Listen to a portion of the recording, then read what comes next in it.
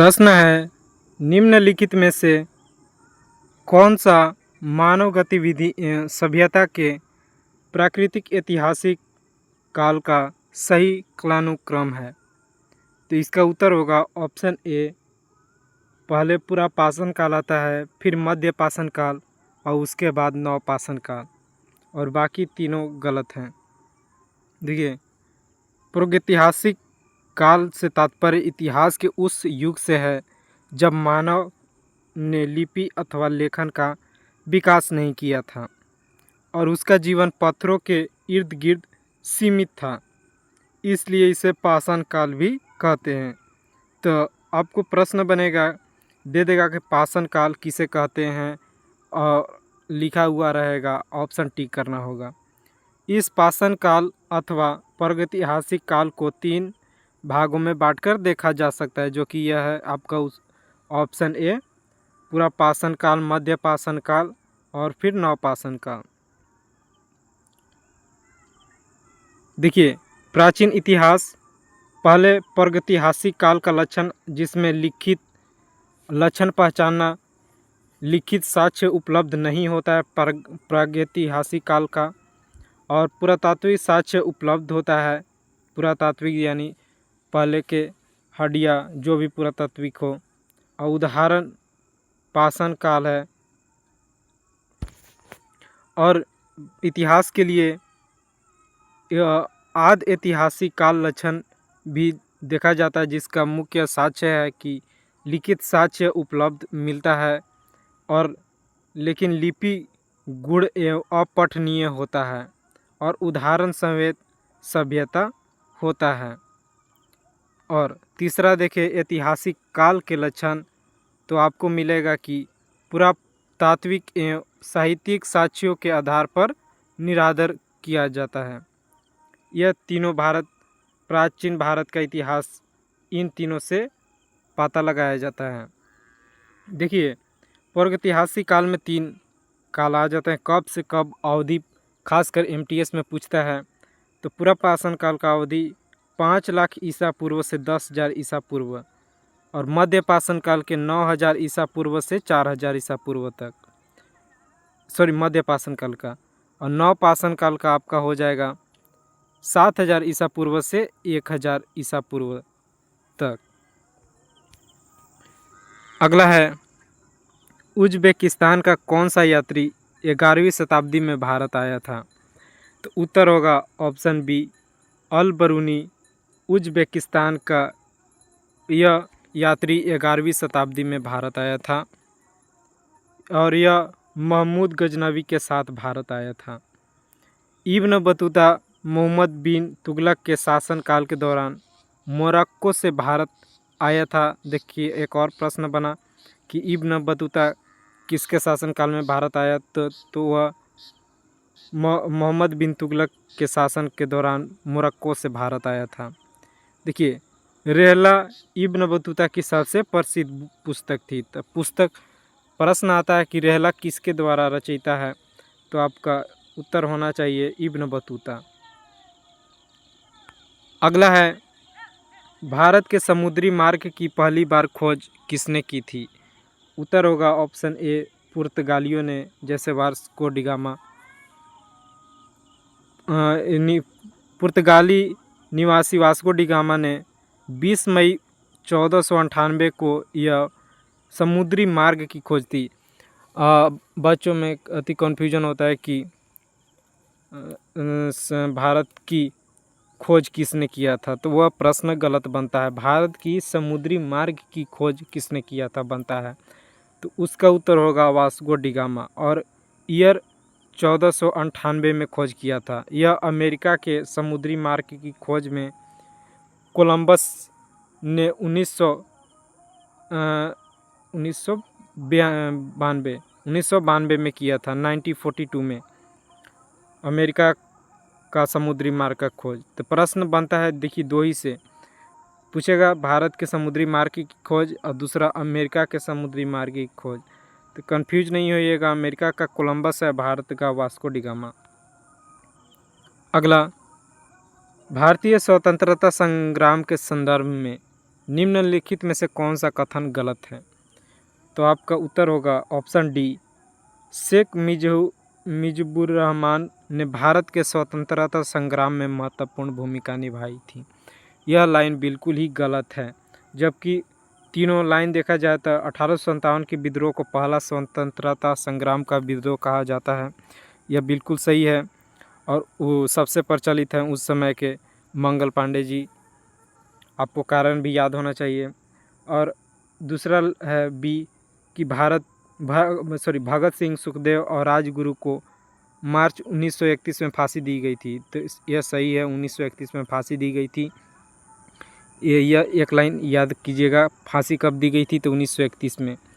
और देखिए option C है, साइमन कमीशन 1928 में बॉम्बे पहुंचा। ये भी याद रखिएगा, साइमन कमीशन कब बॉम्बे पहुंचा? तो 1928 में। अब यहाँ देख लेते हैं, शेख मुजीबुर रहमान बांग्लादेश के प्रथम राष्ट्रपति था जो वर्ष 1971 में पाकिस्तानी तानाशाही शासकों के विरुद्ध उसने आंदोलन चलाया था और उन्हें बांग्लादेश का राष्ट्रपिता भी कहा जाता है। उनका जन्म विभाजित भारत के तुंगीपारा गांव में हुआ। बांग्लादेश के लोगों के मध्य में बंगबंधु यानी बंगाल का मित्र नाम से विख्यात है। तो प्रश्न बनेगा कि बंगाल का मित्र यानी बंगबंधु से कौन विख्यात है? अगला, निम्नलिखित में से किसे भारत में सरकार के संघीय स्वरूप का परिणाम कहा जाता है? उत्तर होगा ऑप्शन डी, बहुस्तरीय सरकार संघ, राज्य और स्थानीय। यह भारत सरकार के संघीय स्वरूप का परिणाम कहा जाता है और यह प्रश्न रेलवे ग्रुप डी 2022 का है। देखिए, संविधान के प्रथम अनुच्छेद में कहा गया है कि भारत अर्थात इंडिया राज्यों का संघ है। भारत सरकार के संघीय स्वरूप का परिणाम संघ, राज्य एवं स्थानीय शासक को कहा जाता है। बाकी दिए गए प्रधानमंत्री अध्यक्षता वाली मंत्रिपरिषद ये गलत है, केवल एक ही थोड़ी नहीं हो सकता है। सरकार के 3 अंग विधायिका, कार्यपालिका, न्यायपालिका, 3 अंग तो होते हैं, लेकिन यह परिणाम नहीं आता है। राज्य के साथ साथ अन्य व्यक्तियों के विरुद्ध व्यक्तियों की अधिकारी, तो यह गलत है। इसका सही उत्तर होगा ऑप्शन डी। अगला है, जॉर्ज लेमेत्रे का संबंध किस क्षेत्र से जुड़ा है? तो उत्तर होगा ऑप्शन ए, बिग बैंग यानी महाविस्फोटक सिद्धांत से, जिससे यह पृथ्वी का निर्माण हुआ। तो प्रश्न बनता है कि बिग बैंग थ्योरी किससे संबंधित है या किन से संबंधित है? तो किससे संबंधित आपका ब्रह्मांड से हो जाएगा, ब्रह्मांड विस्फोटक से। और किन से? तो जॉर्ज लेमेत्रे से। अगला है, कारक आगतों की अवसर लागत के अतिरिक्त किसी व्यावसायिक फर्म द्वारा अर्जित लाभ क्या कहलाता है? तो उत्तर होगा ऑप्शन सी, असामान्य लाभ। यानी कारक आगतों की अवसर लागत के अतिरिक्त यानी और अलग से व्यावसायिक फर्म में अर्जित जो लाभ मिलता है वह असामान्य लाभ होता है। अगला, पंजाब और हरियाणा के लोग अच्छे के लिए भगवान को धन्यवाद करने के लिए बैसाखी का त्यौहार या बैसाखी मनाते हैं। तो उत्तर होगा ऑप्शन ए, फसल। यह यहाँ पे बीच में ब्लैंक नहीं दिया है, इसलिए कन्फ्यूजन हो रहा है। तो पंजाब और हरियाणा के लोग अच्छे फसल के लिए भगवान को धन्यवाद में बैसाखी का त्यौहार बैसाखी के रूप में मनाते हैं। और देखिए, अप्रैल के महीने में बैसाख की प्रथम तिथि को बैसाखी पर्व मनाया जाता है, याद रखिएगा। और इसे गुरु गोविंद सिंह द्वारा खालसा पंथ का नींव 1699 में रखने की याद में मनाया जाता है। शीतकालीन फसल कटने की खुशी में व्यक्ति की जाती व्यक्त की जाती है, इसे जुलूस निकालने की प्रथा भी है वहाँ पे। अगला प्रश्न है, किस भौतिक राशि का मात्रक वोल्ट एम्पियर होता है? तो उत्तर होगा ऑप्शन ए। ऑप्शन ए प्रतिरोध यानी रेजिस्टेंस का राशि यानी यूनिट होता है मात्रक वोल्ट एम्पियर। और यह प्रश्न रेलवे ग्रुप डी का है। देखिए, किसी चालक के सिरों पर लगाया गया विभवांतर तथा उसमें प्रभावी धारा के अनुरूप से चालक का प्रतिरोध कहते हैं। विभवांतर यानी रोकना, जो परिवाही धारा है उसको, तो उसे प्रतिरोध कहते हैं। और प्रतिरोध को परिभाषित के लिए फॉर्मूला आता है R=V/I, यानी R रेजिस्टेंस हो गया, V वोल्ट हो गया, I एम्पियर यानी करंट हो गया। देखिए, किसी चालक के सिरों पर 1 वोल्ट विभवांतर और लगाने पर उसमें प्रवाही धारा 1 एम्पियर हो, चालक का 1 एम्पियर हो, चालक का प्रतिरोध यानी R रेजिस्टेंस 1 ओम कहलाता है। तो V/I से काटने पर हमें रेजिस्टेंस मिलता है, वह 1 ओम कहलाता है जब 1 वोल्ट को 1 एम्पियर से काटते हैं तब। अगला है, में विसरण अत्यधिक तीव्रता से होती है, किस में? तो उत्तर होगा ऑप्शन सी, गैसों में विसरण अत्यधिक तीव्रता से होती है। और यह प्रश्न रेलवे ग्रुप डी 2018 का है। पदार्थ की 3 अवस्था जैसे ठोस, द्रव्य और गैस पदार्थ की वह भौतिक अवस्था है जिसका आकार एवं आयतन दोनों अनिश्चित होते हैं। गैस में विसरण अत्यधिक तीव्रता से होता है क्योंकि गैस के अणुओं में आकर्षण एवं प्रतिकर्षण नहीं होता है, यानी उनके जो कण होते हैं वह बहुत दूर दूर होते हैं लिक्विड के कंपेयर में देखा जाए या ठोस के। अगला,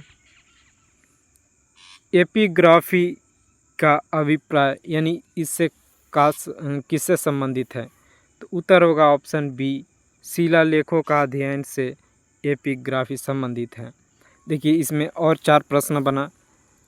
ओस्टियोलॉजी या कंकालों के अध्ययन को कहा जाता है ओस्टियोलॉजी। और एपिग्राफी या त्वचा देखा शिलालेखों का अध्ययन। फिर अगला है कारोग्राफी, जो कि मानचित्रों का अध्ययन से है।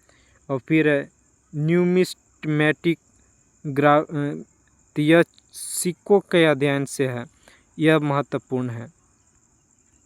अगला, निम्नलिखित में से कौन सा एक चिप आधारित उपकरण है जो अपने आप में एक पूर्ण प्रोसेसर है और अंकगणित और तार्किक संचालन करने में सक्षम है? तो उत्तर होगा ऑप्शन ए, माइक्रो प्रोसेसर। यह एकल चिप आधारित उपकरण है जो अपने आप एक पूर्ण प्रोसेसर है और अंकगणित तर्क संचालक करने में सक्षम है। देखिए, यह मदरबोर्ड के मध्य में लगा रहता है।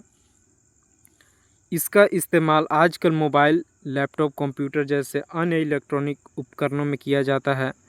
माइक्रो प्रोसेसर को इस प्रकार डिज़ाइन किया जाता है जिससे हार्डवेयर और सॉफ्टवेयर के बीच तालमेल बन सके। माइक्रो प्रोसेसर बनाने का मुख्य उद्देश्य कंप्यूटर में अंकगणित यानी मैथमेटिक्स तथा तर्क यानी लॉजिकल संबंधित जो समस्या है उनका हल निकाल पाए। और यह micro processor integrated circuit semiconductor chip है। यह सेमीकंडक्टर चिप होता है जिसमें सिंगल चिप पर कंप्यूटर की पूरी सेंट्रल प्रोसेसिंग यूनिट होती हैं। अगला है, प्राकृतिक में विभिन्न घटकों के बीच ऊर्जा प्रवाह के संबंध में निम्नलिखित में से कौन सा कथन गलत है? तो उत्तर होगा इसका ऑप्शन डी। ऑप्शन डी है कि हरे पौधे पत्तियां पर पड़ने वाली सौर ऊर्जा में लगभग 10% अवशोषित करते हैं। तो देखिए, हरे पौधे पत्तियों पर उड़ने वाले सौर ऊर्जा, तो यह बिल्कुल गलत है। वह केवल 10% नहीं होता है, वह 10% कब होता है जब घास को उसके अगले वाले खाता है, उसमें ट्रांसफ़र होता है 10%। देखिए, पर्यावरण के विभिन्न घटकों के बीच ऊर्जा का प्रवाह के संबंध में विकल्प डी गलत है, क्योंकि पड़ने वाला सूर्य के प्रकाश का ऊर्जा लगभग 10% ग्रहण करता है। यह इसे प्रकाश संश्लेषण के माध्यम से खाद्य ऊर्जा परिवर्तित करते हैं। यह ऊर्जा भोजन के रूप में रासायनिक परिवर्तित हो जाती है, तो यह गलत है, यह उसमें नहीं होता है। प्रत्येक पोषी स्तर कार्बनिक पदार्थ की मात्रा 10% होती है, यानी अगर एक मेंढक को सांप निगलता है तो उसमें 10% ऊर्जा, मेंढक का 10% ऊर्जा उसमें जाएगा। वीडियो यहीं समाप्त होता है। अगर अच्छा लगा हो तो प्लीज़ चैनल को सब्सक्राइब कीजिए। धन्यवाद।